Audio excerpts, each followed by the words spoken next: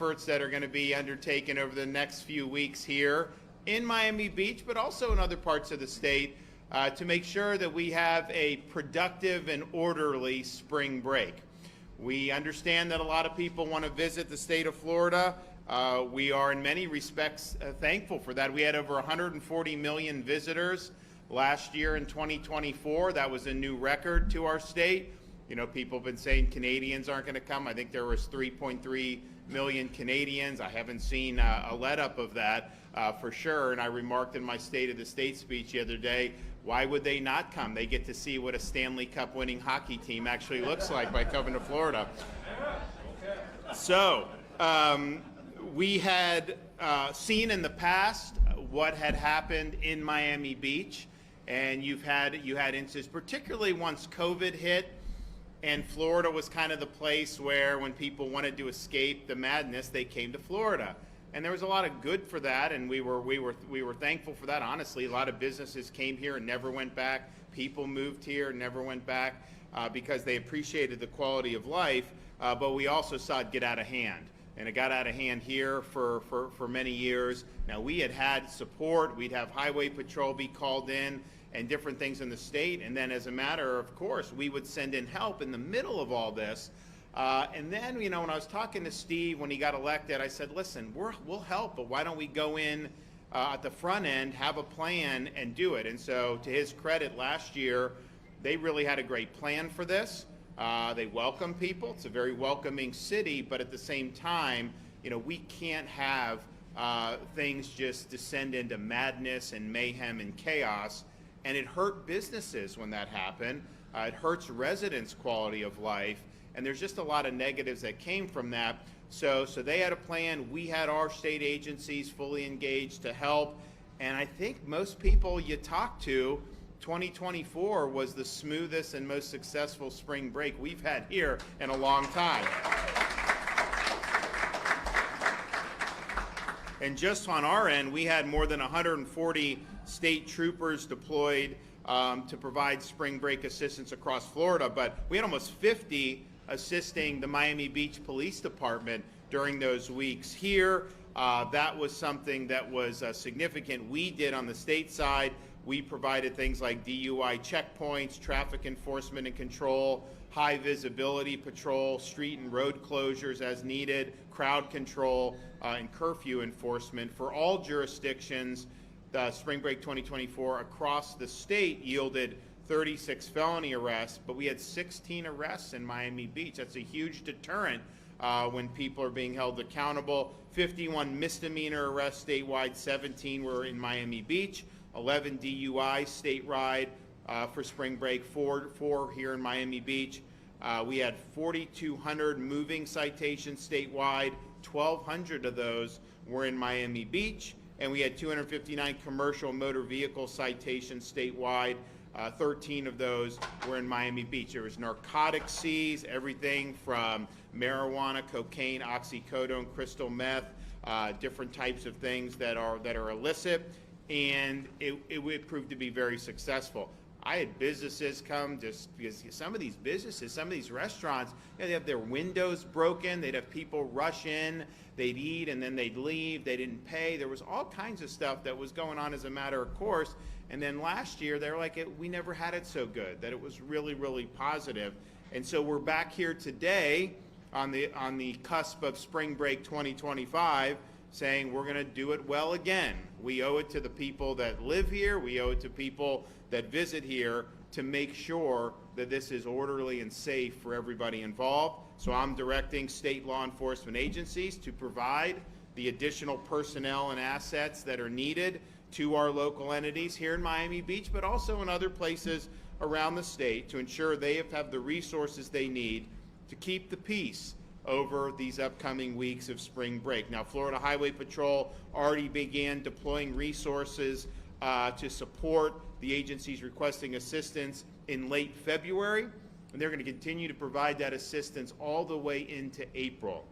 As of this week, 12 local agencies have requested assistance, and more than 100 troopers will be deployed. We've also additional assets on standby for deployment should they be needed. including drone assets, aviation assets, Bearcats, and K-9 units. Once again, the state is providing resources that cities throughout our state need to ensure spring break does not descend into chaos and mayhem. And I'm really proud of what they've been able to do here in Miami Beach. I think it's a beautiful part of our country, not just a beautiful part of the state of Florida or South Florida. There's a lot to do. There's a lot of great reasons to want to come here, and we've welcomed that, and we'll continue to welcome that, but it's got to be done in a way that is good for everybody. And I know there were a lot of residents who they couldn't even really operate back in the days when this was spilling out over everywhere. These residents have a right to be able to go about their business and not have not have it be impinged upon by a bunch of chaos. So this is true statewide. We want to be part of the solution. If you're a city somewhere and you need some help, you know, it's interesting. These things, if you follow kind of Florida, the spring break goes through different iterations and different, you know, it used to be like Panama City up in Northwest Florida. I mean, it used to just be chaos, right? And then they got the reputation for that, and they said, no, that's not what we want. And so they made changes, and so you don't see it at the same level that you did. Daytona Beach used to be one that was just, and then they made some changes, and you see it from time to time how that happens. And so kind of after, when the COVID era, Miami Beach became one where it's getting out of control. Now you've seen 24 went off very well. I think we're gonna have another successful season in 2025, and I think that'll just become the norm going forward. So I'm thankful for everybody that's been involved, both Florida Department of Law Enforcement, Florida Highway Patrol. We also have other assets, if need be, that will be on standby and be willing to help. So it's, I can tell you, if you're around in other parts of the country, there aren't many places that are better to be right now in terms of weather and everything right now than here in South Florida. I mean, this is the place to be right now. We're thankful that we have this beautiful area, but we're also mindful of our responsibilities to do it right. So I want to thank the mayor for your hard work. It's been important, and I know you've had a lot of buy-in from the community, and it's an example of successful leadership. So let's do it again this year, and why don't you come up and say some things? Thank you.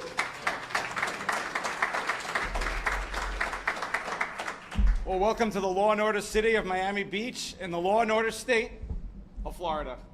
Yeah. It's great to be here, and as the governor mentioned, in advance of spring break last year, the governor said to me, just ask.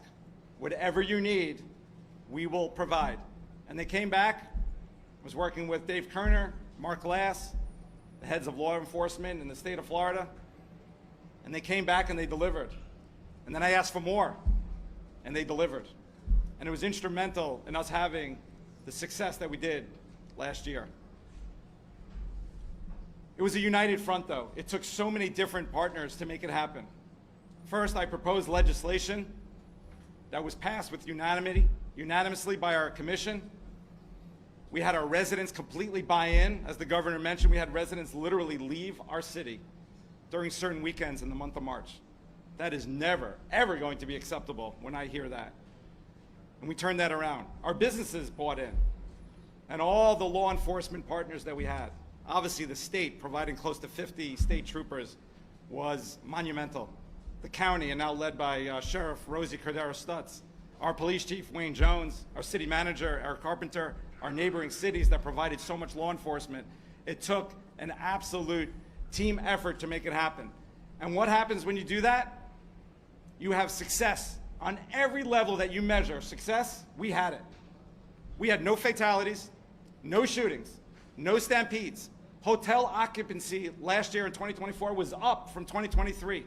Our hotel room rate last year was the highest in the nation for the month of March. That is success on every level. We kept people safe, and our businesses boomed, flourished. We had calm instead of chaos, as we saw in years past. But I always say it's not just the month of March. Law and order is 365 days a year with police, enforcement, prosecutions, and the judicial system. But we can't do it alone. We need the partnerships, and Governor, I cannot thank you enough for the partnership that we have with the state. Because they come through, they came through last year and they're coming through again this year, and we're going to repeat the same playbook, and we're going to have an amazing month of March, keep people safe, and our businesses are going to flourish. Thank you and God bless.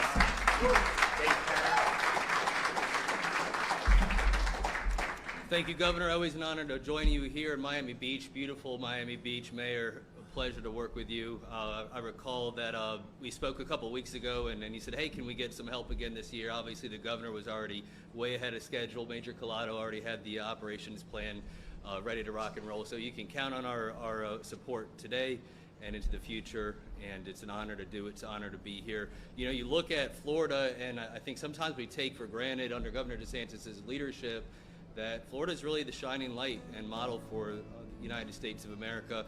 We have seen, I think, in law enforcement, and the sheriff knows this as well, you look at some other states where for whatever ideology or reason, you know, they don't want to enforce the law, they don't want to hurt any feelings, and you see this element of criminality creep up, and it starts to get progressively worse, and then before you know it, you have a situation where the criminal element is running the show.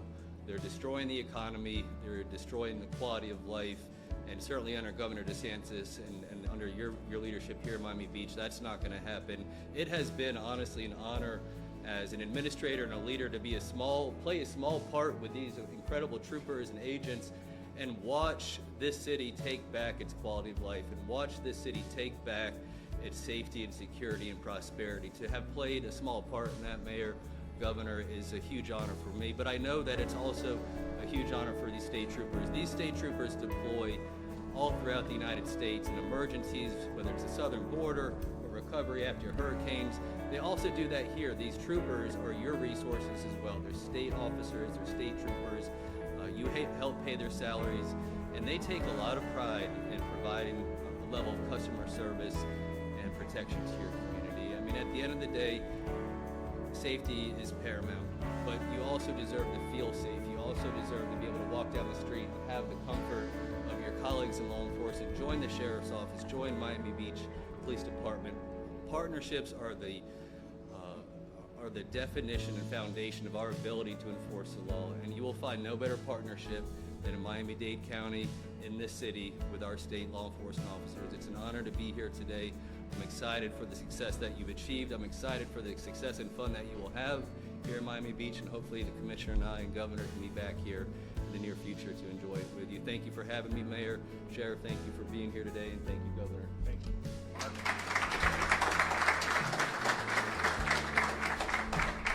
Thank you, Governor. Mr. Mayor, it's great to see you again. And Sheriff, good to have you here, and Chief, wonderful to see you. I just want to say, this year, right now, we have session going on at Tallahassee. Okay, so I will make a point next year, this time during spring break, it's going to be early session, so I'm going to come down here and do spring break with you too. We'll work with my special agents and these troopers here and work it. So I just want to say thank you. Florida is a law and order state, and you see these fine men and women here behind me. This is Florida's finest here. We have these agents that are digging into multi-jurisdictional cases. We're just going after fentanyl. We're going after everything else that poisons these streets here, not just in Miami Beach, but nationwide. That was brought in here through the southwest border. We are going after that. We can't do it without our partners, our chief here in Miami Beach, our sheriff here in Miami-Dade County. We are working on so many things that are going on at the same time, but our main focus is your safety. Our main focus is to ensure that Miami Beach is safe, a fun place to be, and a great place to be. Now, whenever you have these type of crowds, you have those narco terrorists, I call them, they come here and try to push that poison on us. We're not going to have that, Mr. Mayor, I promise you that. We're going to go after it. These agents over here, they work in undercover roles. They have sources, methods they're doing. We also have this wonderful program that our great governor put together, which was a SAFE program, statewide assistance in fentanyl eradication, and I will tell you, the stats on the SAFE program is amazing of how many guns we've got off the streets, how many drugs, fentanyl we've eradicated, and I will tell you right now, we are actually working cases all up in and around Miami-Dade County, so if anybody's out there, just be aware. We'll be down to another part of Miami-Dade and even the South Florida area to show and all the great stuff we're doing here and taking down these criminals in the area. The other thing we have to worry about is sex offenders and sex predators coming in and around crowds, okay? And they see children, they see all this stuff. This is a great place to live, Miami Beach. It is a wonderful place to live, and we got to make sure that we're taking care of making sure that they're doing their due diligence, and if they were going to visit, that they were registering like they're supposed to do, and our agents, that we follow up on that. We make sure they're here legally and they've registered. If not, we're going to put the habeas corpus on them and put them in jail. So just let you know that. Other than that, we just want to say thank you for having us here, and we're working diligently, and we have our analysts and working 24/7. We are plussed up. We are making sure that you have a safe and wonderful spring break. Thank you, Governor. Okay.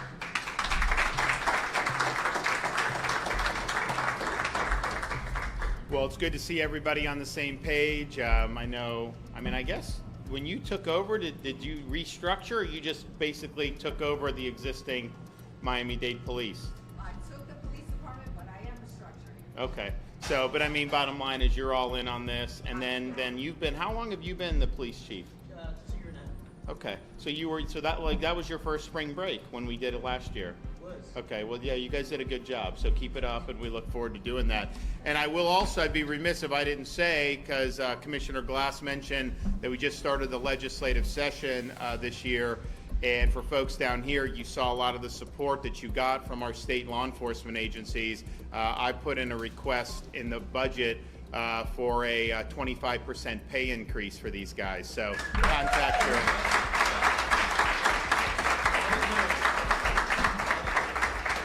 So contact your reps and senators and say that you think that that's something that's warranted, and hopefully we'll be able to get the job done with that. All right, take some questions. We got anybody? Yes, ma'am. Yes? Thank you, Governor. How many state guard members are you hoping to deputize with ICE, and how will you expect them to perform federal immigration?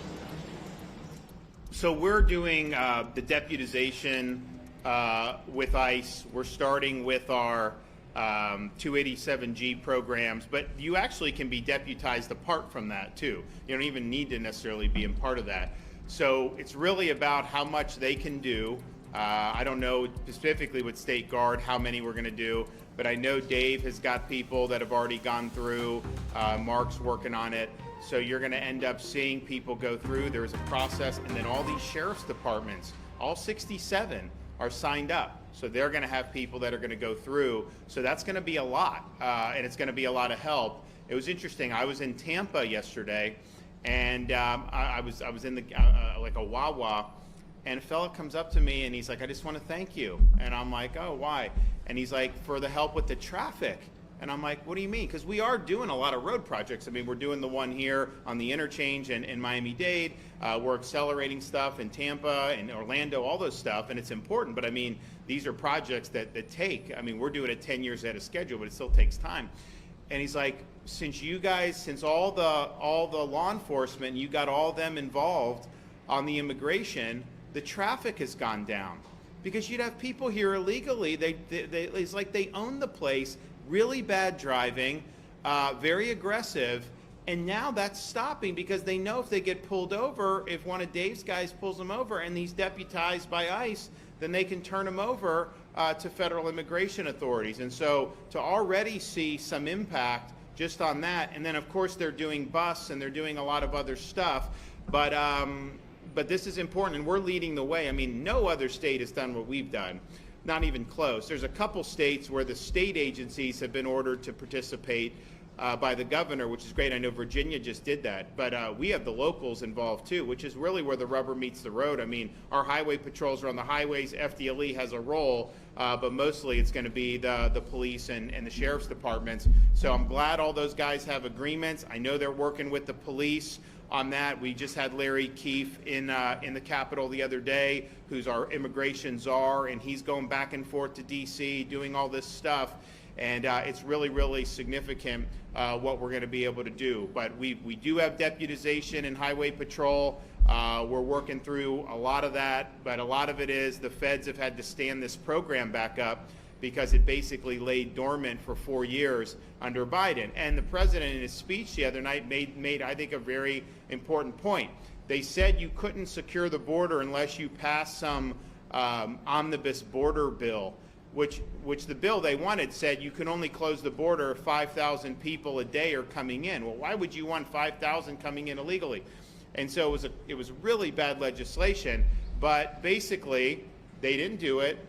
Trump takes office, and now it's gone from like 160,000 in a month to 8,000, and they're gonna get that down even lower. All it took was leadership.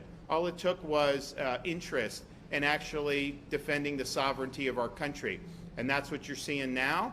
But I've made the point. Those border numbers, part of it is that they've taken effort to secure. Part of it is people know that they shouldn't even try because they're probably not going to get in. Whereas with Biden, they knew they could show. You actually could go on an app and sign up to come in illegally. They created an app for it. It was insane. So some of it is people are just deterred from even trying.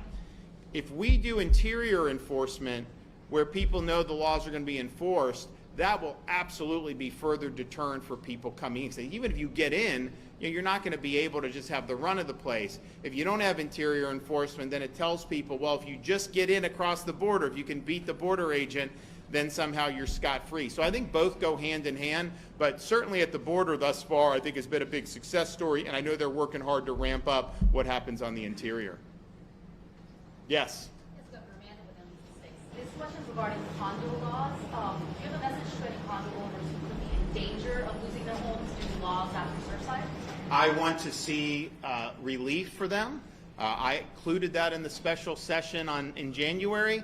Legislature did not go through with it. We've done roundtables here in South Florida, Tampa Bay. We don't want legislation to impose costs that could be avoided. And so when Surfside happened, I mean, many of you were here for that. It was a very traumatic thing, very heartbreaking thing. No one wanted to see that happen, but we also didn't have all the answers for Surfside by any means when that legislation was done. So, okay, where are we at? What problems are being caused? And let's act legislatively to provide relief for folks. I mean, I think the thing for me is there's certain things that a condo owner should know. You got to have transparency in terms of the board and all that on the governance. But ultimately, if there are repairs that need to be done that aren't going to impact whether the building stands or not, then let them work it out on the schedule they want, or let local government police that. But for us to be overly prescriptive, if that results in someone getting kicked out, I don't think that that's a good thing at all. So I want to see relief. I know I've spoken with some of the state senators this week. I know they're working on a lot, and hopefully they're going to be able to get something done. But I am in favor of providing relief for folks, especially these seniors on fixed income, to all of a sudden be hit. They don't have $50,000 or $100,000 to just write a check to a condo board. That's just not the way. They didn't budget for that. And so let's do this in a way that is mindful of safety, but I think the safety is just the transparency more than anything. So if condo owners know there's a problem with their building, then they will be able to have the information where that can be fixed. What I don't want to see is saying, well, you must spend all this money or that money, because I think people can make sound decisions for their behalf, but it's not something that we should want to see if people are, that wasn't the intent of the law, but the reality is we are where we are, so let's do something to make things better. Yes?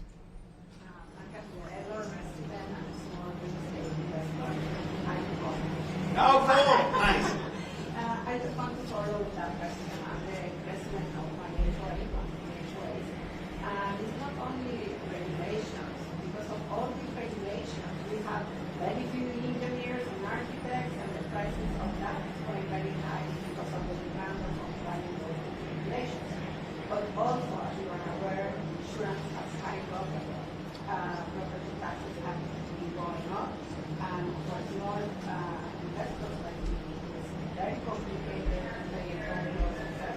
100%. So, yeah, so a couple things. I mean, one, I know that some people have suggested on condo, if you do condo reform, that any of the condos that got relief would be ineligible for citizens insurance. Now down here that would cause a lot of problems, and so I think they should be able to remain on citizens. It's just this market is slowly but surely, but it's a tough market in Miami-Dade. I did announce, though, Citizens announced For citizens' homeowner policies, 73% of those in date are actually getting a decrease on average of 6%. And so that was not something that people thought possible, given everything. But that cost is big. And then the taxes is big. So I've said on property taxes, do you own your property or not, right? And so if you buy land, buy a home, it's one thing, if I go and buy a car, I pay tax when I buy the car. Well, then I don't just keep paying. I mean, I guess you got to license it, but that's de minimis. They're not charging me thousands of dollars, $1,000 a year just to be able to maintain my own property. If I buy a TV at Best Buy, I pay the tax, and then I put it on my wall and I use it. And I don't have to keep having this relationship with the government. So the question is at what point is your property yours? And if they're going to keep taxing you, then you're basically just paying rent to the government. And what's happened is especially in South Florida, because the demand to live in Florida has been intense, you have people that are paying huge money to buy homes, and sometimes they demolish and buy new homes, but they're willing to pay because if you're fleeing New York or California, you can afford to pay twice whatever that costs because you save in taxes by not having to pay income taxes. So people have been willing to spend huge amounts of money.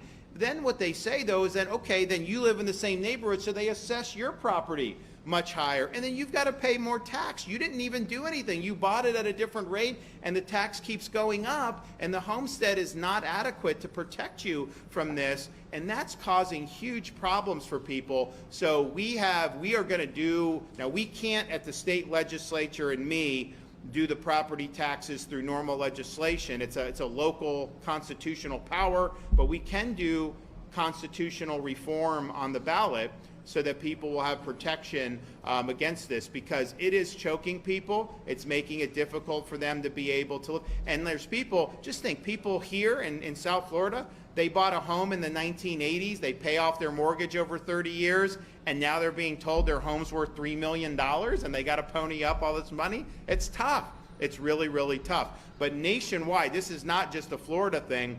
Nationwide, when people have homes under mortgage, the amount they're paying on the mortgage itself is often less than the taxes and the insurance now combined. And it used to be the taxes and insurance were relatively modest, and then the bulk of your payment was that, and now those are gone up. And obviously with interest rates high, if you have to do a mortgage now, you're paying a lot more. So that's pinching people, but I definitely think the property taxes is something that we need relief on in Florida. I'm going to be pushing it. We're going to work on crafting something that can go on the ballot and really make an impact. And people have been looking and seeing how do some of these local governments, so they say, oh, we're not raising the millage rate. They don't have to. If they're assessing your property at 30% more, that's effectively raising the tax. And I don't understand why, if you made a transaction to buy a house at a certain level, you haven't had a realized gain on that house. We don't know how much it costs. And here's the thing, the real estate market goes up and down. You guys remember, 2000 to 2008, it went up. 2007, it went up in Florida, then it went down. They never lower your assessment. They only raise it. And then they get a lot more revenue, and then their local governments have grown. And I think you've seen that in many of particularly the larger counties. So let's stand on the side of taxpayers. I think it's really, really important. And the thing is people like some of these local governments are like, so it's like in the state, like we won't do tax, we wouldn't do any new taxes. But like locals, like, well, I may need more revenue. First of all, you can cut back on the budget. But second of all, if you're going to do revenue, why would you tax your citizens when we're a tourism state? You can tax people that don't live here. Like literally, you can raise a lot of revenue by doing that. I would much rather have them do that and give our homeowners a break than continue just assessing higher and higher. And maybe there'll be a correction in the real estate market. Although I'll tell you, I think that there was more authentic demand in Florida this time than in 2000 to 2007. There was a lot of speculation then. I'm not saying there's none now, but there was a lot of people have wanted to come here. But say there's a correction. So you bought it at a rate, they assess it much higher, there's a correction, and they're going to keep that assessment up there. They're not going to lower the assessment. that's really, really hard. So, all right, well, thanks everybody for this. Let's have a good few weeks here. I'm really excited about everyone being on the same page. We really care that our citizens here are able to have good quality of life. We want our businesses to thrive. We want people to have a good time, but we must maintain public order. Thanks, everybody.